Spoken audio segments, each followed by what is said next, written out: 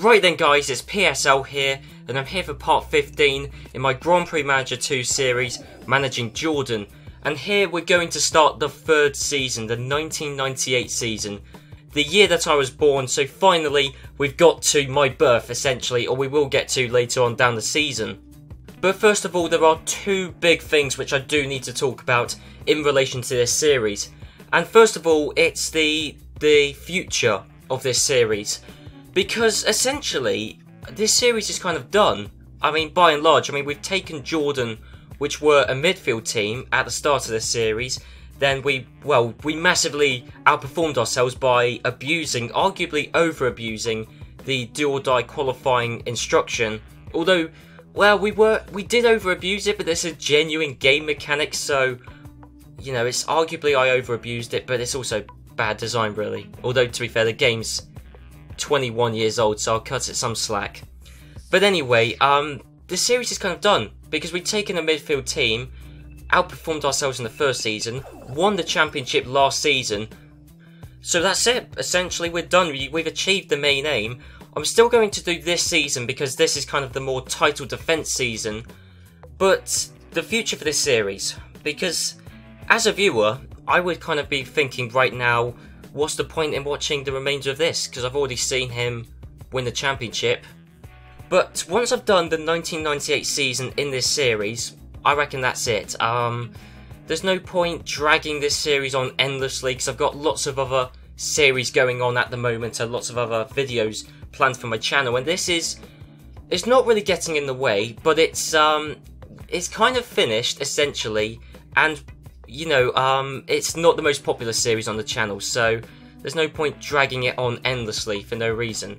So I'm going to do this season, and then afterwards I'm going to do sort of like season reviews. So I reckon I'll probably do the subsequent 3 seasons, but one video will summarise the entire season. So I'll do the season off camera, well, not off camera, I'll record it obviously, and then I'll just, you know, summarise it in a video, so a season review essentially. So we'll probably do 6 seasons in total in this series, but the final 3 will just be summarised, essentially. Now the second thing, and you may have noticed it already if you're very eagle-eyed and have got a very good memory, this season technically isn't the same season that you will have seen in the previous episode. And that's because, because I was looking through the personnel screens, you know, to find out who all of these people, well, obviously I know my people, but you know, some of the lower teams, to find out who these people are, because I don't remember all these people off the top of my head.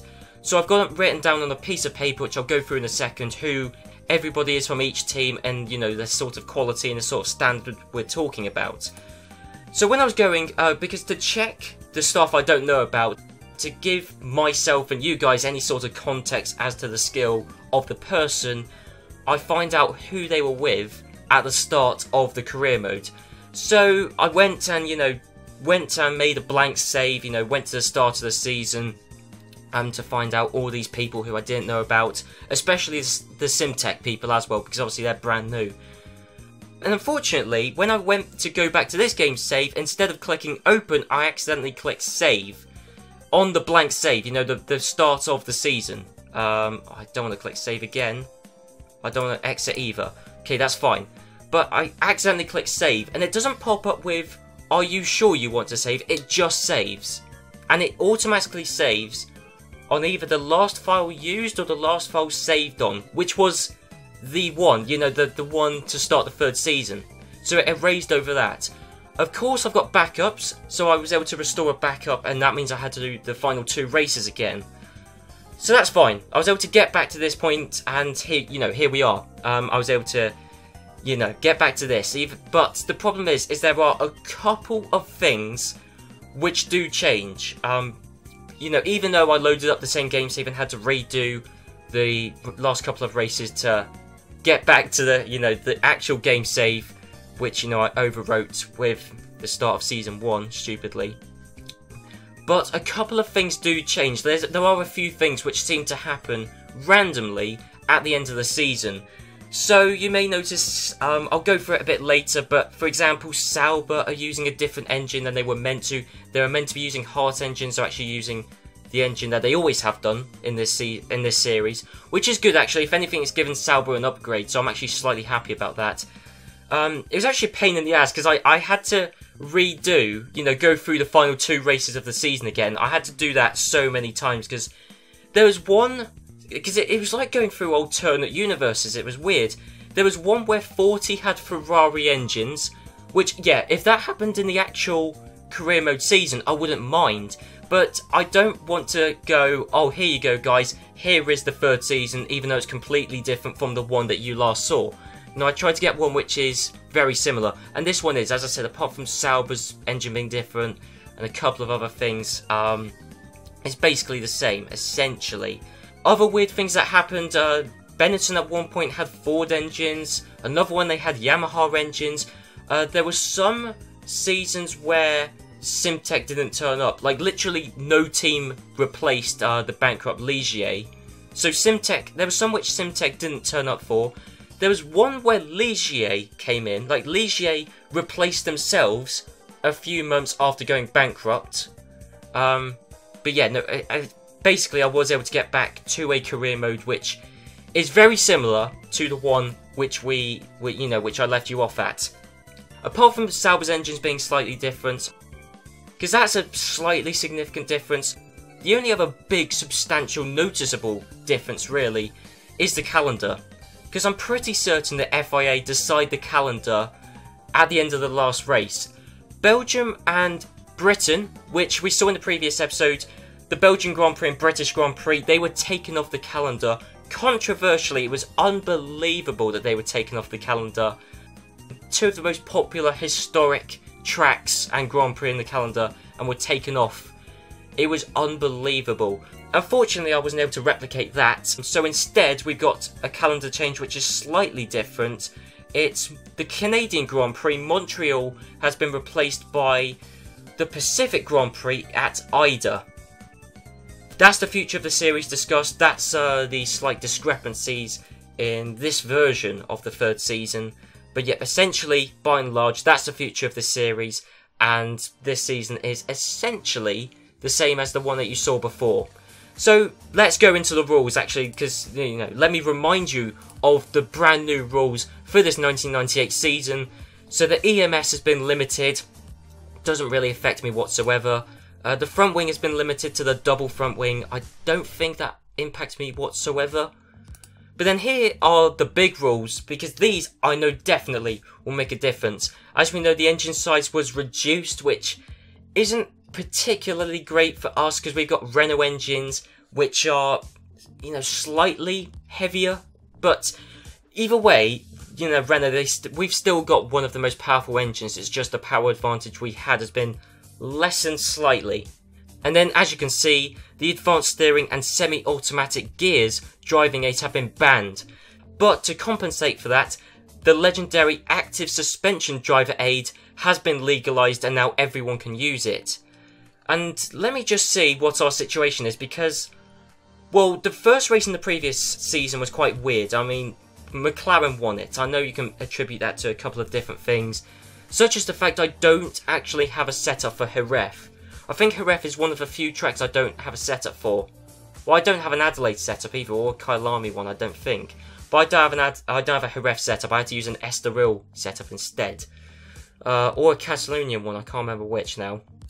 But yes, McLaren were out on top, and that might have been because they capitalised on the then brand new advanced steering driver aid, and were able to capitalise from it. Ligier also very nearly did the same thing. They were quite quick towards the start of the season, because they actually had a level 9 active steering driving aid at the very start of the season, because we actually bought our advanced steering system from them, because they had a level 9 one. And I'm like, right, we're getting their advanced steering, so there you go. So we've actually got a level 10 active suspension. I don't know if we developed that or bought it from someone. Either way, we had the foresight to get it before it was legal, so we're going to get rid of those 2 driving aids. So we've seen the rules, here's the teams.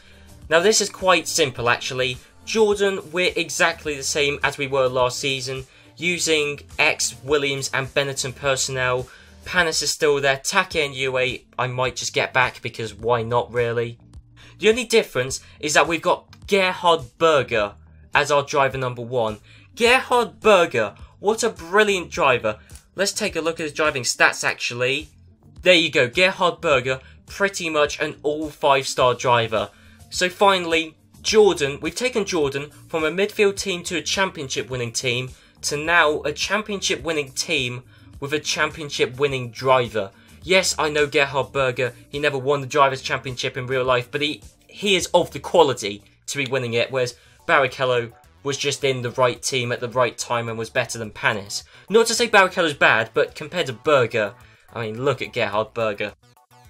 Williams are essentially exactly the same. Again, much like us, they're using they're using existing Williams people from 1996 as well as ex-Benetton people. Essentially, they got the best people that we didn't get, essentially. They still got Michael Schumacher, they still got Jean-Christophe Bouillon.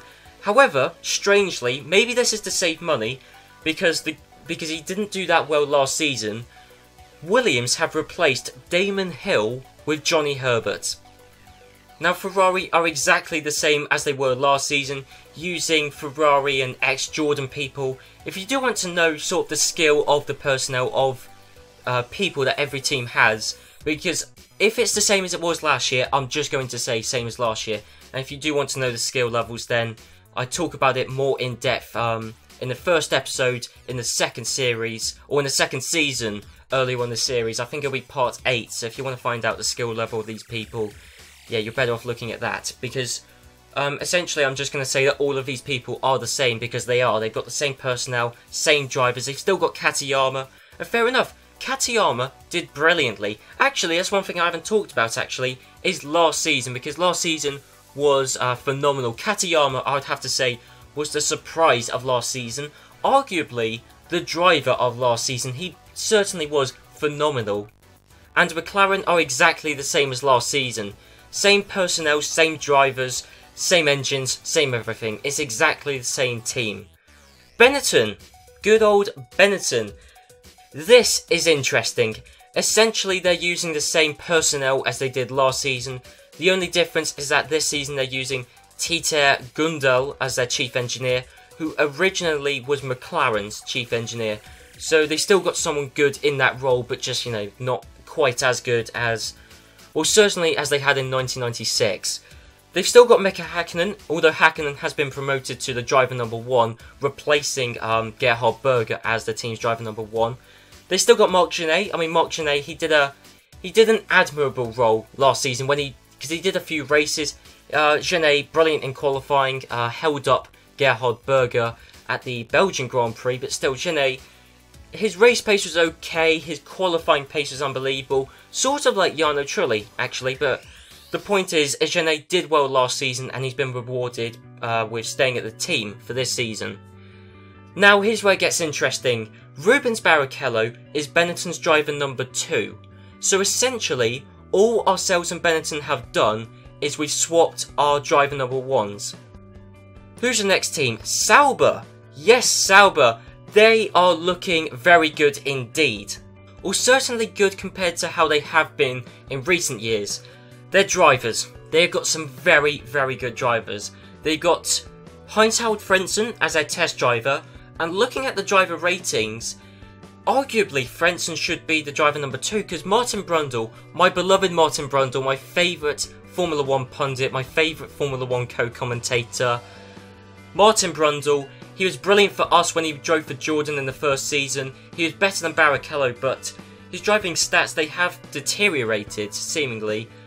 But Sauber, they're still keeping Brundle as the team's driver number 2 for the time being. Arguably Frentzen should be, but still, Frentzen and Brundle, whichever way you look at it, that is a very good driver pairing.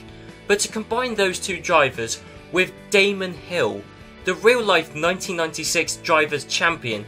I know in this series he wasn't because Michael Schumacher actually won the Drivers' Championship in this series, but still, the real-life 1996 Drivers' Champion, Damon Hill, Sauber have got him for 2 seasons. So that is a very good driver lineup. Damon Hill, Martin Brundle, Heinz-Harald Frentzen, can't fault it.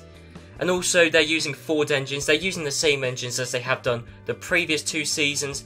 Then you've got Arrows, and they're exactly the same team as they were last season. Same driver, same everything. So yeah, essentially exactly the same team. The only difference is that Nick Worth is their chief designer. Now Nick Worth is a 1.5 star chief designer. I believe originally, at the start of the game, originally at Formula 3000. So he hasn't got a lot of Formula 1 experience. I don't know how much of a downgrade that is from Arrows' original chief designer, but it is a downgrade. Maybe not massive, but still. Minardi, good old Minardi. And they're exactly the same as they were last season. Same drivers, same everything. The only difference is that Noel Stanbury is their current commercial manager. And Noel Stanbury originally, at the start of 1996, was Tyrrell's commercial manager. So a slight improvement for Minardi. Also, you know, a good thing because Minardi, you need money to be able to improve, and getting a better commercial manager is going to help with that. Well, I mean, they actually had a decent commercial manager last season. I can't remember who it was, but I know that Minardi and 40, they had bad, you know, designers, engineers, drivers, but they prioritised getting a good commercial manager, which I think is quite wise because it's quite easy to go bankrupt, and Minardi are still continuing that philosophy of bringing in as much money as possible, but you know, without a decent engine or people or drivers, what's the point? Anyway, next team is 40, and 40 amazingly are actually looking promising. They are still continuing, much like with Minardi, the plucky Italian teams, they're continuing with their philosophy of trying to bring in as much money as possible, because they have got a very, very good commercial manager. Ian Phillips, our original commercial manager, very good, one of the better ones, so he'll be hopefully negotiating some good sponsor contracts and, you know, managing the finances of 40 nicely. So 40, they should be bringing in, you know, hopefully quite a bit of money. And unlike Minardi, it won't go to waste because yes, they've still got some bad engines, you know, even worse engines than Minardi, amazingly. However, 40, what they have got is a pretty decent chief designer. Cortanze is Ligier's chief designer. Now Ligier, obviously when they went bankrupt, all of their staff, you know, went out into, you know, the employment pool, and 40, they just got Cortanze. He's a decent chief designer, certainly better than anyone that 40 have ever had, certainly to my knowledge. So yeah, 40, they've actually got a decent designer and a decent commercial manager. And their drivers, they've actually made quite a big change to their drivers. They got Ricardo Zonta as their test driver, Frank Lagarush as their driver number 2, but the real big news is Kelvin Burt, who again was at Ligier, is now 40's driver number 1 and is for 2 seasons. But yeah, look at that, Kelvin Burt, the very good British ex-Ligier driver. His driving stats are pretty decent, you can't really fault him. I mean, you know, they're certainly very good for the sort of team that 40 is, and they've got him at quite a good steal. I don't know if it works like F1 Manager, because I know in F1 Manager, if a driver isn't contracted to a team currently, you can actually get them for quite a good discount. I don't know if that has happened here, but let me put it this way, $500,000 a year for a driver the quality and skill of Kelvin Burt is very good. And on to the second to last team, the brand new team in this series, Simtech. And Simtech, I mean, much like Pacific, they've come in and not really made any meaningful, you know, impression. All of their personnel, they're all, so Dave Watson, Humphrey Corbett, Dave Lockett and Nick Underwood, they're all brand new staff members to Formula 1. They were originally at Formula 3000. They're all 1.5 star rated. So the best of the Formula 3000 people, but that's not really much. I mean, the best in Formula 3000 terms is not much when it comes to Formula 1. Even 40's natural staff is the same as, if not slightly better, than Formula 3000 quality staff. And their drivers, Simtech's drivers, they're all brand new to the sport, and they're not good. Let me put it that way. I mean, I've never heard of these people.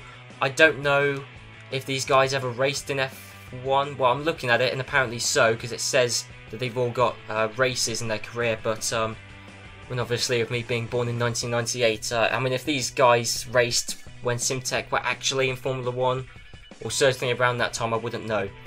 But anyway, all of these drivers, you just have to look at their driving stats. They're not that great. They're not dreadful. You do get worse drivers. Their 2 race drivers are acceptable. But, you know, this really does tell you the sort of quality of drivers that Simtek have. And all of Simtek's drivers are paid drivers. I mean, look, you got Noda's paying them $3 million for his seat this year.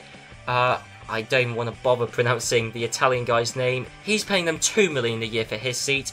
And then you got Gunon, who's paying the team $1 million for his seat. So, if I was them, if I was Simtek, I would have got Inoue, because Inoue individually pays, I think this year he's willing to pay $7.5 million.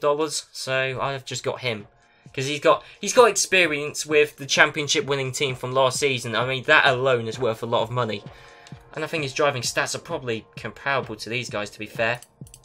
And then finally, the final team, Pacific. Pacific, like many of the teams in this series, they haven't really changed a lot from last season. But then again, Pacific, they were improving at quite a rate. So, I mean, fair enough. If it ain't broke, don't fix it. But then again, well, Pacific weren't doing great under normal circumstances, to be honest. They had good reliability, I think. Or maybe they just got lucky with when they had good reliability, because they nearly scored points on the odd occasion. But either way, Targhini and Blue, they were both at the team last season, and they were actually, of all the people that that Pacific have kept, they kept the 2 worst people. Both of those guys were half a star rated. Now, their chief designer, Ricardo DeMarco, is brand new. He was 40's original chief designer, and he's 2-star rated. And then you got Paul Weston, and I've just read my notes actually. Peter Weston was at the team last season, but he was actually 1.5-star rated. So Pacific, all they've changed is their chief designer, and they've actually got someone with prior Formula 1 experience at a different team. But essentially, in terms of quality of people that Pacific have got, it hasn't changed. So finally, I'm going to head on to the first race in this 1998 season, the Spanish or European Grand Prix, depending on how you want to look at it. Let's just call it the Spanish/European Grand Prix around Jerez. Now, this race is going to be interesting. It was interesting last year. David Coulthard won that race. He won that race in the McLaren. Maybe McLaren had the advanced steering. At the start, they might well have had the advanced steering and were able to capitalise, because they were very quick during the first 4 Grand Prix, and then when everyone else caught up, I think, with developing an advanced steering system or acquiring it through some way, they dropped back a bit. Yeah, so that's partly the reason. I mean, we got our advanced steering system from Ligier, and I think that would explain why Ligier were quite good on the odd occasion, because they were right there with one of the driving aids, and it also, helped us to get up to the front, the very front quickly.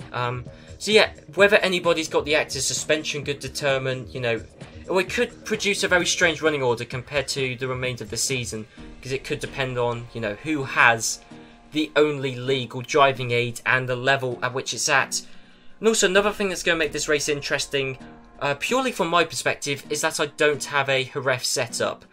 I either had a Estoril setup or a Catalunya setup, so it wasn't quite perfect, which is why I was a bit off the pace. It was actually alright though, to be fair. I mean, we weren't horrendously off, so basically there's only going to be 1 race this episode, but it will be, at the very least, a very strange race compared to the remainder of the season, and hopefully an entertaining race as well. So just before we start the first race in this 1998 season around Jerez, of course I've got to do some pre-season testing, and looking at the results here, Panis and Berger quite equal. I mean, Berger had the best outright time just about, with a 1:20 dead, whereas Panis' best times were, well, actually Panis seemed to be more consistent. His best times was a 1:20.112, so less than a tenth of a second off. So then I'm looking at the current times in practice around Jerez, and it's very interesting. Ferrari seem to be noticeably on top, and then it's McLaren, and then Benetton. Benetton are only the 3rd quickest team. I mean, so that means, apart from us, but bearing in mind this race is going to be, hopefully, a one-off for us.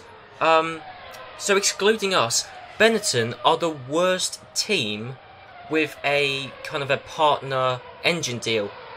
Irvine beating Katayama, slight surprise to be honest, because Katayama did beat Eddie Irvine in the Drivers' Championship last season, which reminds me I didn't actually do a roundup of the previous season, but the one key factor we'll say is that Uko Katayama finished 5th in the Drivers' Championship last season and beat Michael Schumacher by 1 point.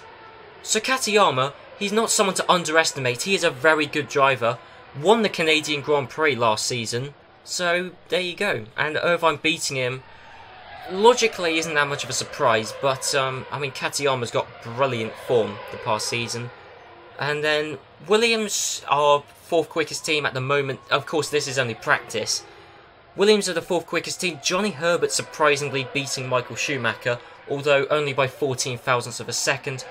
And we've slotted in currently in between both Sauber drivers. Damon Hill beating Martin Brundle. Martin Brundle though is actually 3 seconds off the pace, so maybe he's only just done an outlap. I imagine we'll be around with Sauber, Williams. Okay, well, Benetton, they're top in qualifying. Rubens Barrichello has taken pole position for the Grand Prix around Jerez. Mika Häkkinen's in 2nd, Irvine ahead of Katayama, Villeneuve ahead of Coulthard. So essentially, all that's really happened is that both Benetton drivers have overtaken both McLaren and Ferrari drivers. Martin Brundle has done very well. He's qualified in 7th. He's beaten Olivier Panis. He's beaten Damon Hill, his teammate, most importantly, because that's the real comparison. Panis has beaten Gerhard Berger. So actually, that is a surprise. Brundle and Panis beating Hill and Berger. And Williams once again struggling to beat Sauber. Simtek not even close to making it within the 107% rule. 107% cut-off time is a 1 minute 29.3. The Simtek drivers are both in the 1 minute 33s. So they're over 3 seconds a lap off the pace. But then again, one thing I will say is Pacific were in a very similar situation last season, and they actually came out alright. I mean, look at them now. I mean, now they're okay, they're quite a way off of Minardi, but they're ahead of Arrows and 40, so Pacific, if Pacific were able to do it, there's no reason why Simtek can't. But yeah, with Ligier out of the way and Minardi seemingly, being much quicker than the other backmarker teams, who knows, Minardi might actually be able to sneak into a points position. So as always, it's a 2-stop strategy, much like at every single Grand Prix on the calendar, apart from the German Grand Prix around Hockenheim. And yeah, there's nothing else to say, so let's get into it. Panis is coming in a lap later. I didn't actually deliberately do that, but it makes sense because Panis did actually outqualify Berger.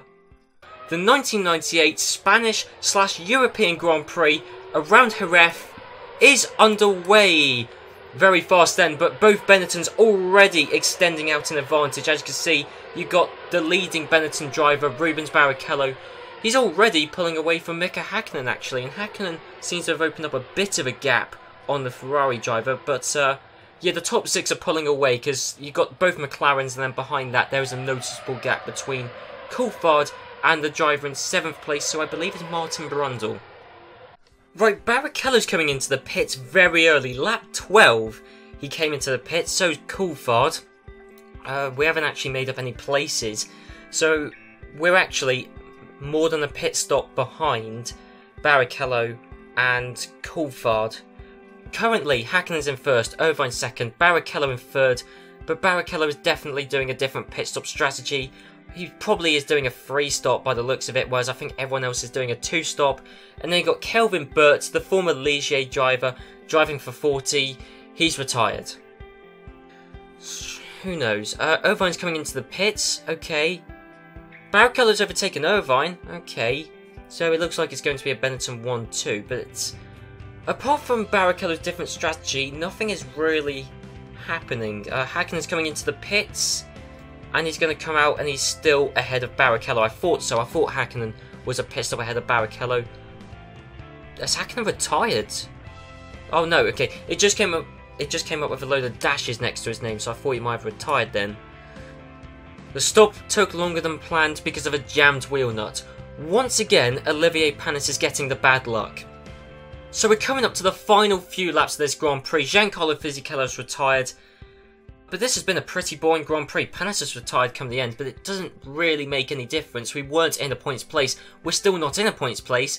The only really interesting thing that's happened is Barrichello. He did a three-stop strategy. It hasn't worked. He's 22 seconds behind his teammate Mika Hakkinen, who has won the 1998 Grand Prix around Jerez. In fact, Nokia are sponsoring Benetton and Camel. Camel are sponsoring Ferrari. Well, that's strange because I thought Camel were sponsoring us. They certainly didn't, or they certainly did not that long ago. Right, Camel just seem to be sponsoring all the top teams then, seemingly. Right, so it was Hakkinen from Barrichello, from Irvine in 3rd place, Katayama took 4th, and then you got both McLarens in 5th and 6th.